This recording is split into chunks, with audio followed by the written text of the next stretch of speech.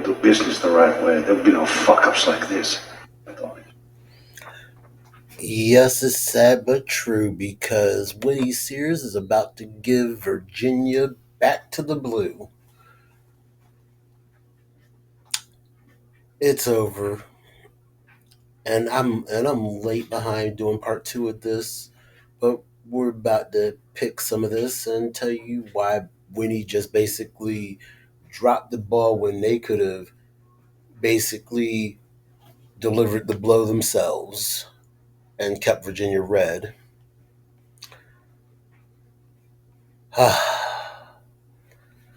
Let's get to it. Kane and Warner, go and do your job and keep federal workers working. That's the way you stop the shutdown, because right now they're having to work, and especially our military, without any pay. I'm a United States Marine veteran, and it is definitely hard, especially in the enlisted ranks, to work without pay. You can do something about that. But ma'am, you lieutenant governor, you wouldn't you be more apt to try to get people to work together? Or are you just a figurehead? You're the one who's been talking about all that love. Well, show love, keep Sears. Them in their jobs. Ms. Earl Sears, the question.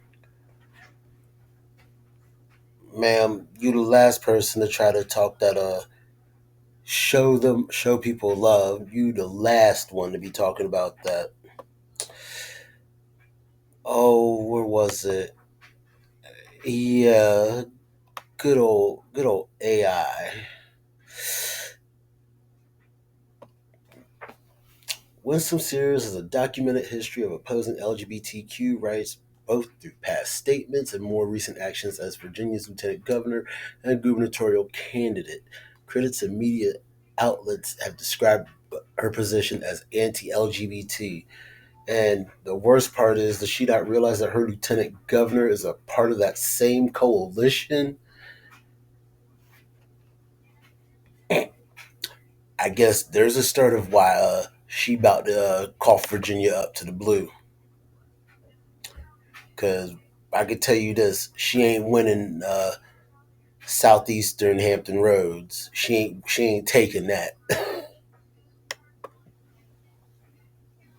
Question, though, that I'm looking for the answer to is, would you ask the president, if you were governor, to use his power to work with Democrats to reopen the government? 15 seconds to clarify. So the president has already said that he would do that. But before anything gets to the president, it's in the Senate right now. The House Republicans have voted, and it's in the Senate.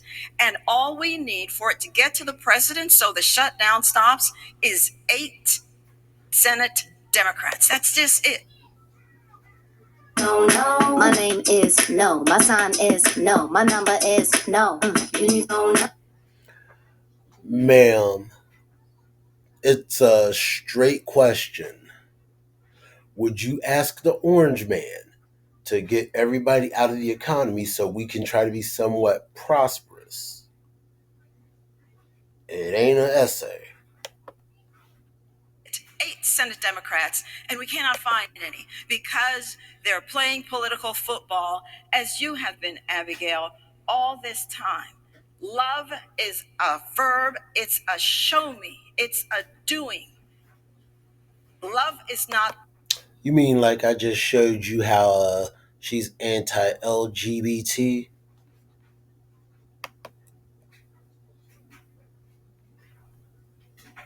Oh, yeah. Apparently she don't know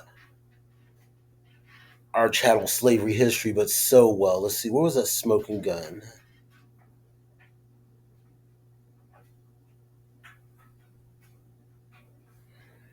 Oh, tying American slavery to modern day DEI. Lady, that sounds like somebody that I heard say that before. Madam, slavery and DEI are two separate entities. because fortunately for you, cosplayer, American slavery was under people that looked like you but weren't you because you're Jamaican. DEI, you might be a little bit higher on the totem pole, but when it comes to Black Americans, as in foundational, not so much. And we know who benefits off DEI the most. But let's continue. Let's continue with the cat fight. A shutdown. When are you going to ask Senators Kaine and Warner to please keep federal workers working? All right, we're going to go to Ms. Spanberger next. You're the lieutenant governor. I think you should be able to reach out and ask them the very same thing. I mean, isn't it that thing, why Virginia is considered broadly a very purple state? Because at one point, Republicans and Democrats were able to work together. Ma'am, you're the wedge. You're the wedge. I mean, frankly, both of y'all are wedges in why Virginia's starting to go down. But it's about to lean quite blue. On this one, knowing the shutdown's impact on Virginia, if you were governor now, would you urge the two Democratic senators to vote to reopen the government until a deal can be worked out with Republicans? You have 60 seconds. Well, importantly, when I was in Congress, when I entered Congress, I entered during the longest government shutdown in history. And 2 weeks into my time in Congress, I went to the White House. I sat down in the Situation Room with a group of Democrats and Republicans and President Trump, urging him to come to the table, urging him to make a deal. That is how we started the path towards ending the government shutdown, with leadership from the president. The current lieutenant governor of Virginia has not stood up for Virginia workers, because right now at this... Oh, no, you didn't. Wait a minute. No, you didn't. See, this is what's going to get Winnie torn up the further this goes. Moment when Virginia's federal workforce and contractors and communities across the Commonwealth are suffering because of this government shutdown, it is only increasing the challenge that they are facing after months and months of the attacks from this White House under Doge. The entirety of that time, my opponent has made light of federal workers losing their jobs, saying it's not dinner's ready. A big deal. So just to clarify, and that everyone loses their jobs. Ms. Spanberger, time is up, but just to clarify, then you would not urge the two Democratic senators to work with Republicans to reopen the government? To clarify, I would encourage everyone, our Democratic senators, our Democratic House members, our Republican House members, to work together and drive Ms. Earl Sears, please. So, as said, you're trying to use sutures on a whole flesh wound, ma'am. Okay, as said, the couch is starting to look lovelier. Thank you. To come back to the table. Everyone from Virginia, the most impacted state in a time of shutdown, as our communities are suffering after months of Doge and attacks on our federal workforce. Everyone in Virginia should be coming together and urging the president to restart negotiations. We are going to move on to the next topic, which is data centers, and my colleague Am I not going to get a rebuttal? She's attacked me. Am I not going to get a rebuttal? I'll give you 15 seconds. Thank you very much.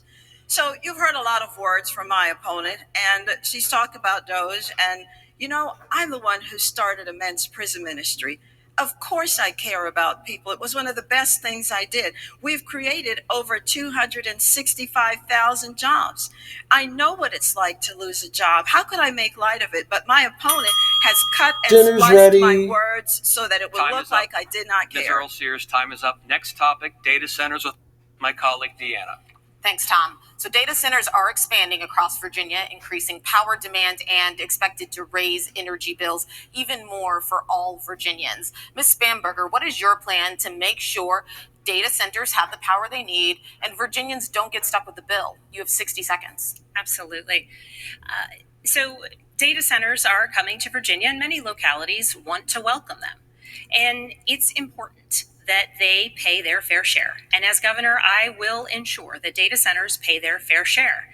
But we have a challenge looking towards the future as it relates to our energy generation here in the Commonwealth. We are the largest net importer of energy in the country.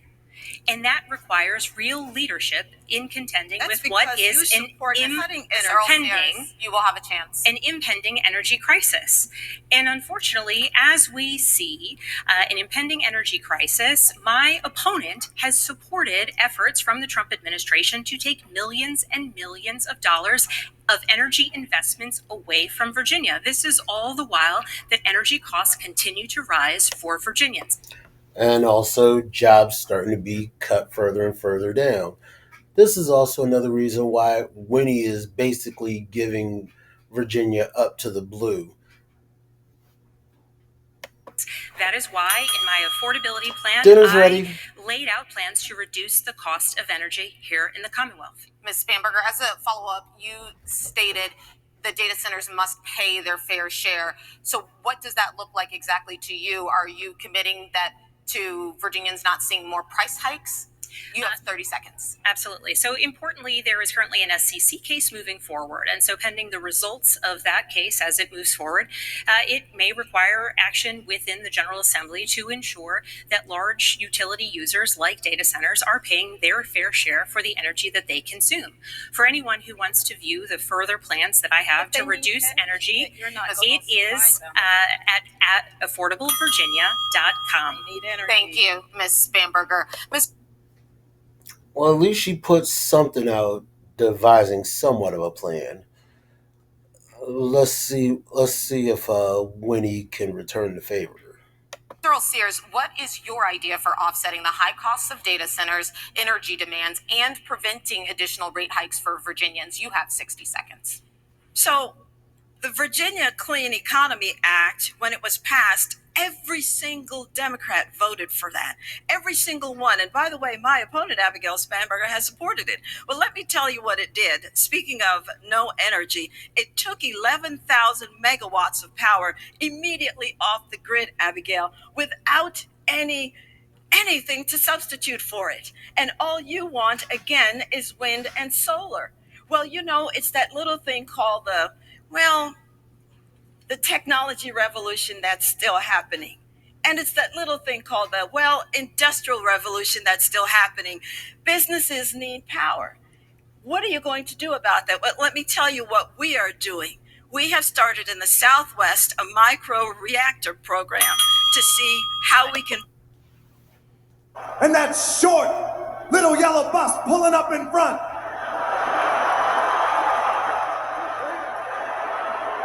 Me.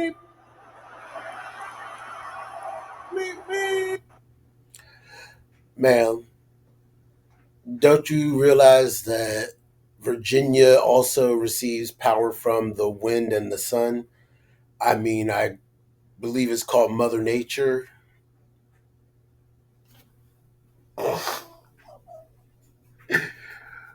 Boy, MAGA has got their hands full because the blue wave's about to drown Winnie and MAGA all the way out Virginia. Bring energy to the Southwest and make it a regional energy hub, as a matter of fact. Ms. Earl Sears, you're out of time, but I do want to follow up there. So the question was, what is your plan for offsetting those high costs of data center? Me. Energy demands. What is your plan for making sure Virginians don't get stuck with the bill? So 30 seconds. So what we need is an all of the above approach to energy. We need clean coal, we need oil, we need nuclear, we need natural gas, and we need, renewables. My opponent's only plan is solar and wind. Well,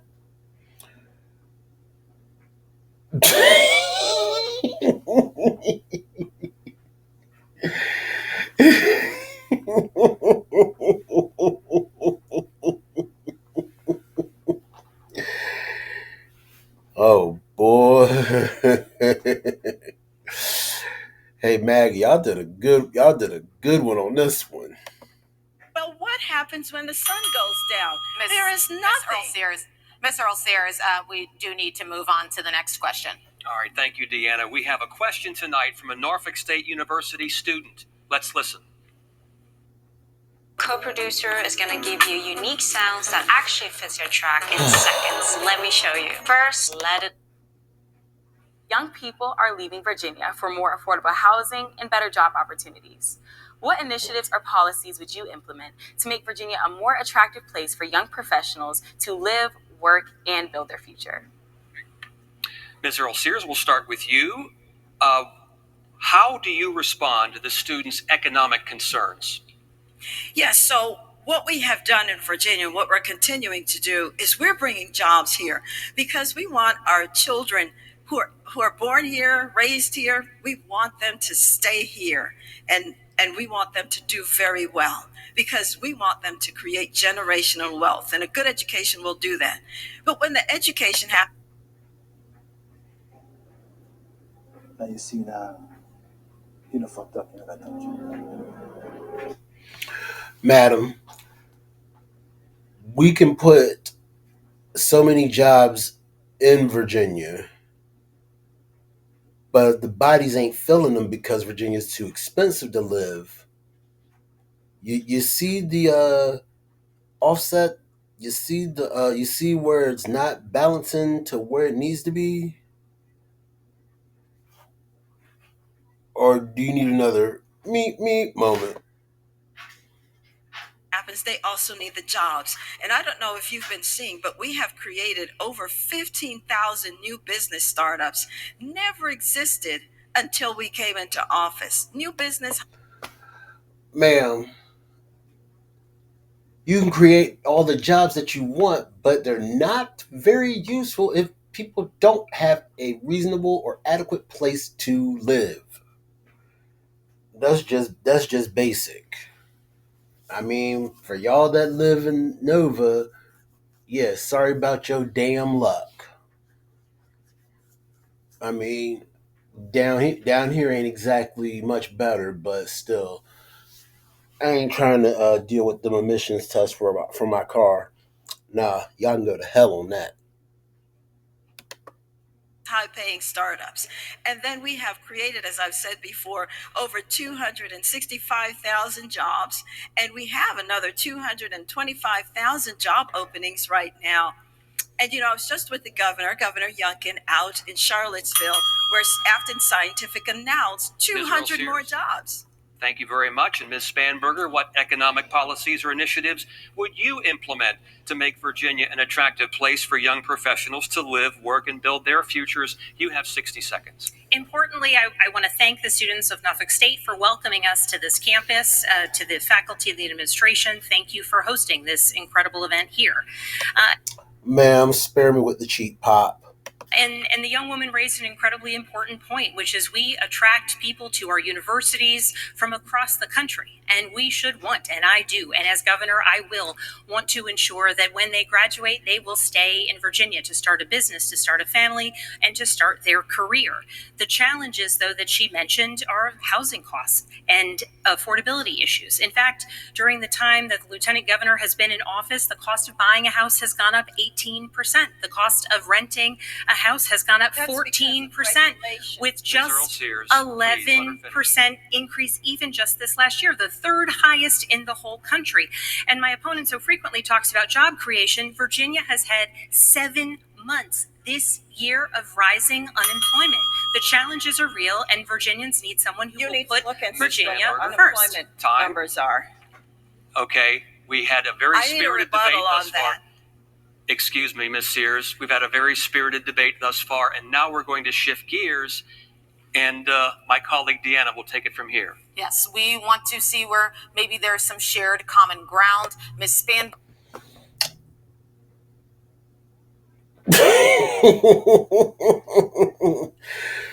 closest thing to shared common ground that this looks like is steak is brown on the outside after being cooked. Burger, what quality or qualities of your opponent do you admire? You have 30 seconds. I admire her faith that she puts into action through her time at the prison ministry that she frequently talks about, and I admire her service to our country, particularly as someone who chose to be an American and chose to serve. I think those are admirable traits, and frankly, what makes our country and our Commonwealth a special place, that people the world over come to our country to become Americans, to serve in the military and in elected office. Thank you, Ms. Spanberger.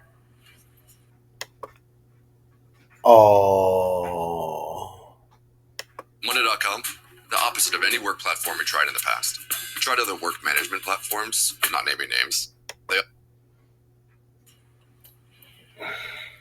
A handshake. Well, Miss Earl Sears, with that, what quality or qualities of your opponent do you admire? You have 30 seconds. Yes, from what I've seen, I believe that she is a devoted mom. I truly believe that. And that she is a daughter who loves her parents very much. And I do believe that she cares. Thank you, Miss Earl Sears. Well, we have many more. Oh, I am almost touched. You know, in that sloppy Joe Biden kind of way. Topics up for debate tonight, including transgender issues and reproductive rights. We will be back after this quick break. Oh, I don't know. This looks like this might be part 3 coming up. Let's see how much time is left. We're just crossing over the halfway mark. So it looks like this might be a 4-piece. But let's see what time will tell.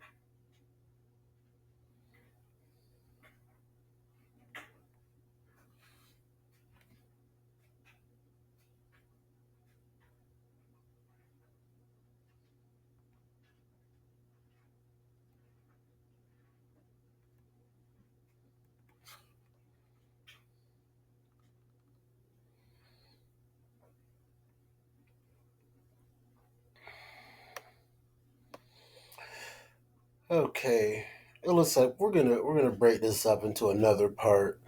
But as said, as you see, Winsome Sears is basically giving Virginia up. As said previously, the Democrats fumbled the ball. The Republicans picked it back up.